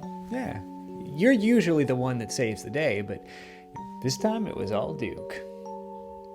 That guy was about to play the song and got him with the old right hook. I don't usually condone violence, but there comes a time in every man's life. No, it sounds very manly. Oh, it was. You should have been there. Yeah. What was I doing? So how are you going to explain your miraculous recovery anyway? You were declared dead.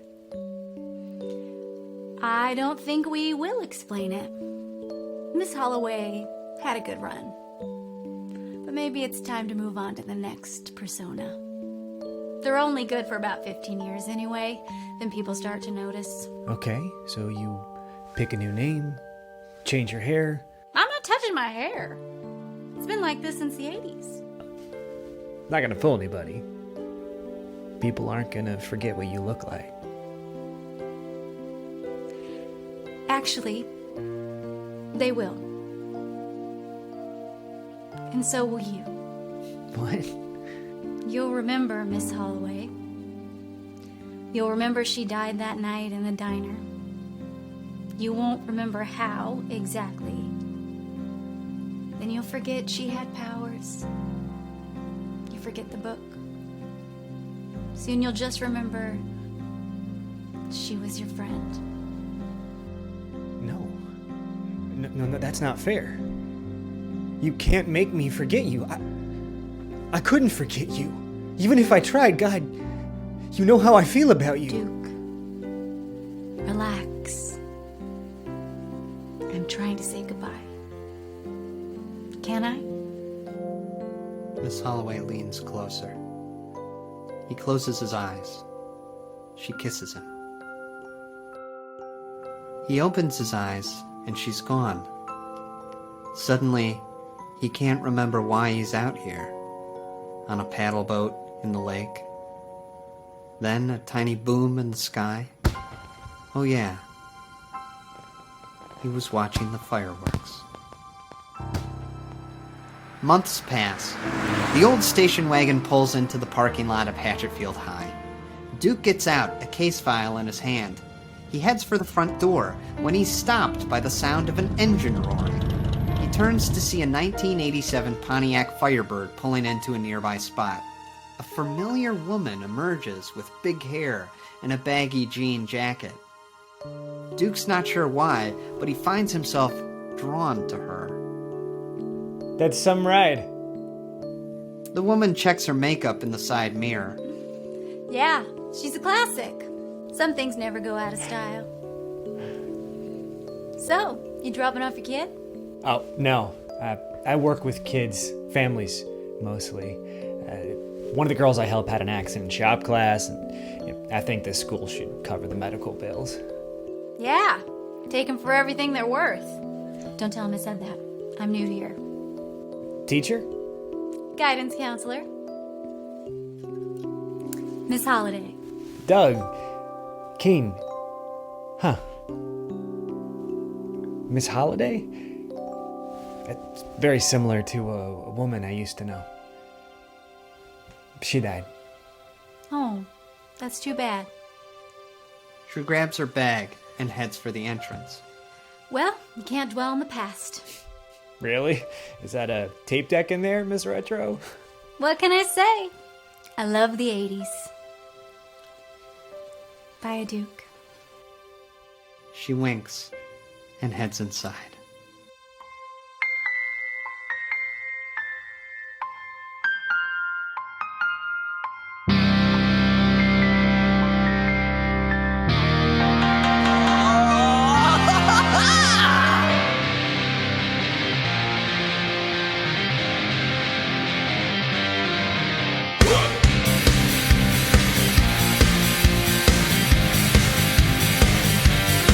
Let's go!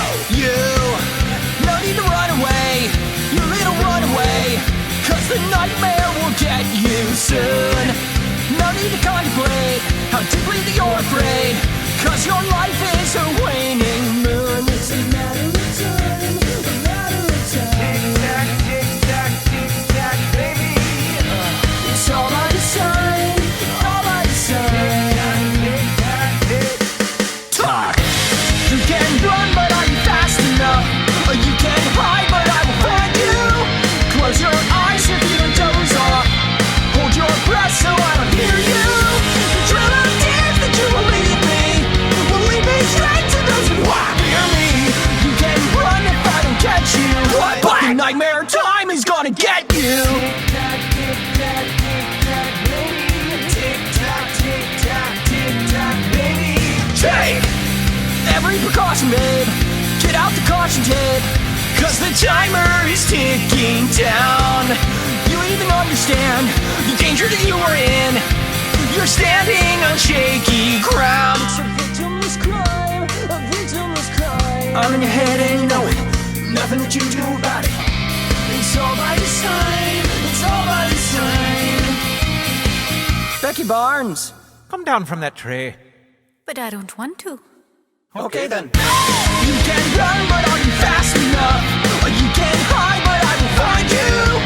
Close your eyes if you doze off. Hold your breath so I don't hear you. The trail of tears that you will lead me will lead me straight to those who want to hear me. You can run if I don't catch you, but nightmare time already caught you. Just run away if you want, if you dare. Tick-tock, tick-tock, tick-tock, baby. Just run away if you want, if you dare. Tick-tock, tick-tock, baby. Just run away if you want, if you dare. Tick-tock, daddy's gonna get me. You can run if I don't catch you, but nightmare time already caught you.